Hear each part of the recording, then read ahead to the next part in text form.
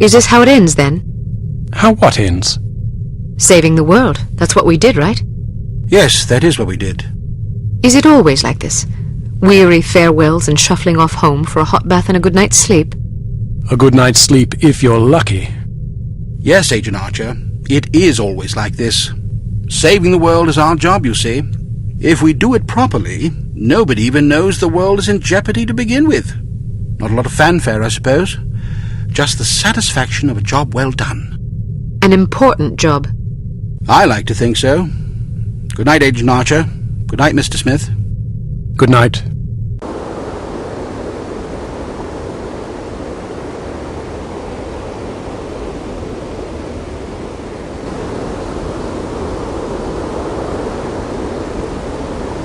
You were right. Last night I slept peacefully for the first time since my father died. How touching. Tom? You owe me more than you can imagine, Ms. Archer. I thought you... You have no idea what I put myself through, and I'm not gonna get a dime for it thanks to you. You're the traitor. Hey, I'm not proud of what I did, but I was gonna get a handsome paycheck as compensation. A very handsome paycheck. Unfortunately, you had to go and blow up my benefactor. Money? You betrayed the entire free world for money? Ah, spare me the self-righteousness. Everybody has a price. Even you. You don't know anything about me. Maybe not, but I've been in this business long enough to see what people are capable of. Anybody can talk about honor and patriotism, but those are just pretty words. When the money's on the table, the right amount of money, you'd be surprised how quickly you can change your tune. Do you honestly believe that? Of course I do. You know what a spy is? It's just some ordinary Joe who's willing to risk his life to sell out his country for a few measly bucks. We rely on these people. That's where most of our information comes from. The difference between them and us, other than our training as operatives, of course, is a price tag. Mine just happened to be about 100 times as much money. And now I get nothing thanks to you. You're forgetting something, Tom. Those spies we recruit aren't patriots, they're cowards. We seek out selfish, hateful little people who place themselves above everyone else. We choose them because they're weak and greedy and arrogant, like you. Touché. Don't you understand what you did? People died because of you. Bruno died because of you. Hey, Volkov killed him, not me. All I did was supply some information. I'm not responsible for how that information was used. We'll see what the court thinks about that. I didn't come here to surrender. Pity for you.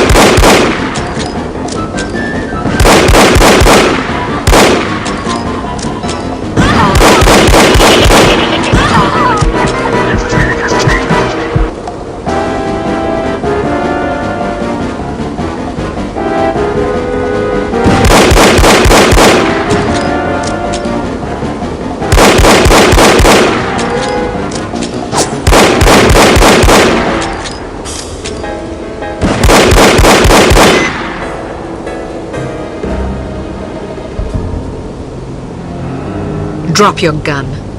Or what? Are you gonna shoot me in cold blood? If I have to.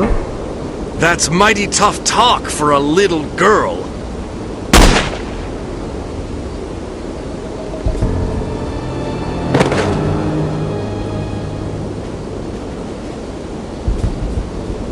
Mr. Smith, what are you doing here? Tending to some unfinished business. Mr. Jones, Are you all right, Miss Archer? Aye, what's going on? There's your traitor. You mean Smithy? How long have you known? I've suspected you for some time. You've only just now confirmed my suspicions. All this time you thought he might be a traitor? Indeed, but I had to be sure. You might have warned Bruno. He did. Bruno? Look out!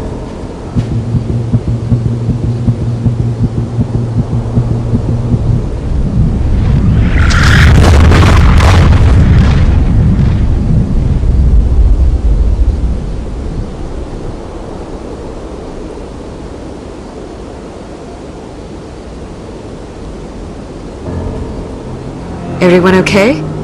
Good shooting, Archer. But what about Tom? Tom Goodman died in Amsterdam. What? But I thought... The man you knew as Tom Goodman was an imposter. His real name was Melvin Blitzney. He's a former vacuum cleaner salesman from Akron, Ohio. I don't understand. It's quite simple. 7 years ago, Mr. Jones took Smithy off the active list due to his increasingly inadequate performance in the field.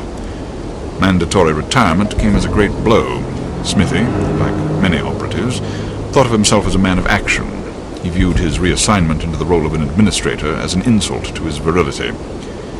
He kept his dissatisfaction to himself, secretly plotting to discredit Jones and, in the process, line his own pockets.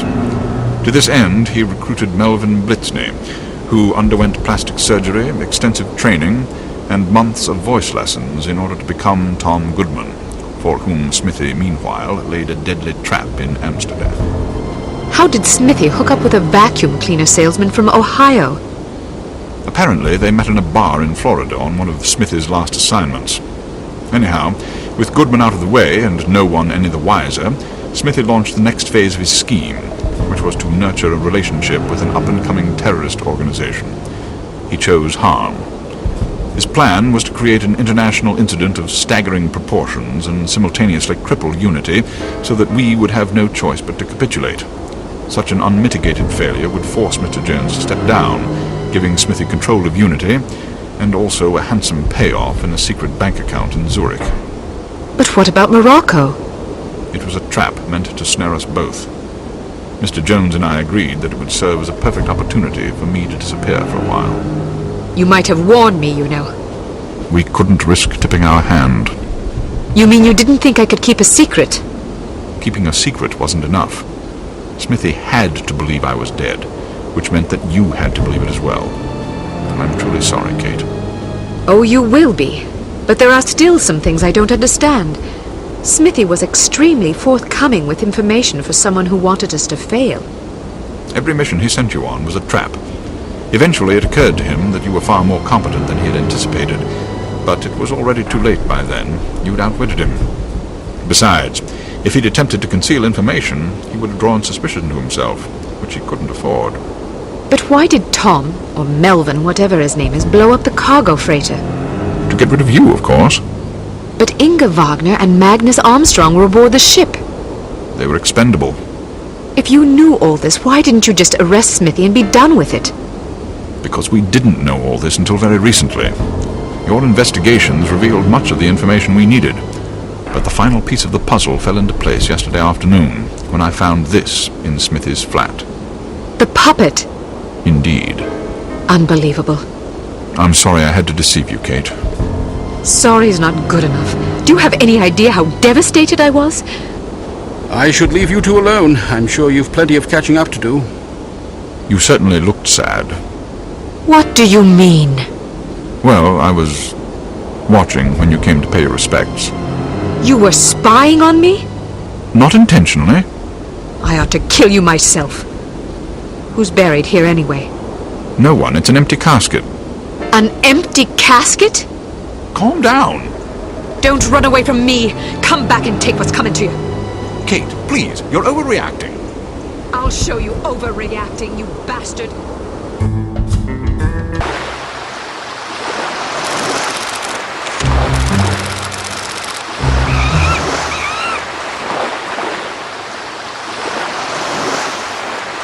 This is the life. No harm, no unity, And no objectives except rest and relaxation.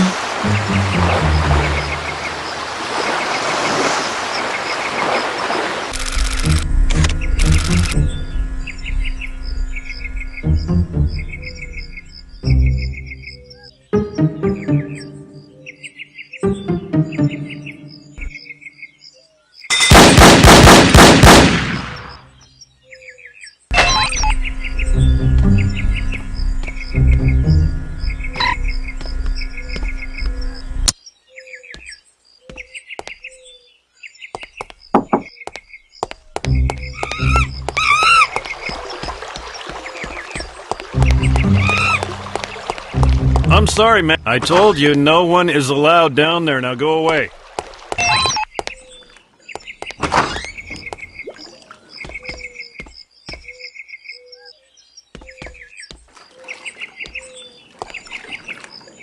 Does this dress make me look fat? Fat like how? Fat. I've been eating so much here. My dress feels too tight. Well, you don't look fat from where I'm standing. So you're saying I'm fat from behind? I didn't say that. Not in so many words, but you meant it.